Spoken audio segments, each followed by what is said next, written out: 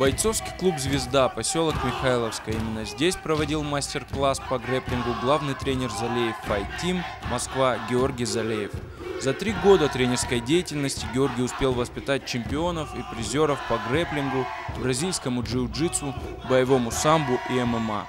Целью тренинга была передача накопленных знаний и опыта нашим молодым бойцам. Для меня эта мечта, по сути, сбылась, потому что я очень давно хотел приехать не просто на родину моих предков, да, не просто в Осетию, а еще и провести семинар, если бы это кому-то было интересно, и как бы помогать ребятам, потому что, ну, скажем, есть те знания, которыми я готов поделиться с радостью, да, и я очень давно хотел это, потому что у нас самый, наверное, один из самых богатых на хороших спортсменов край.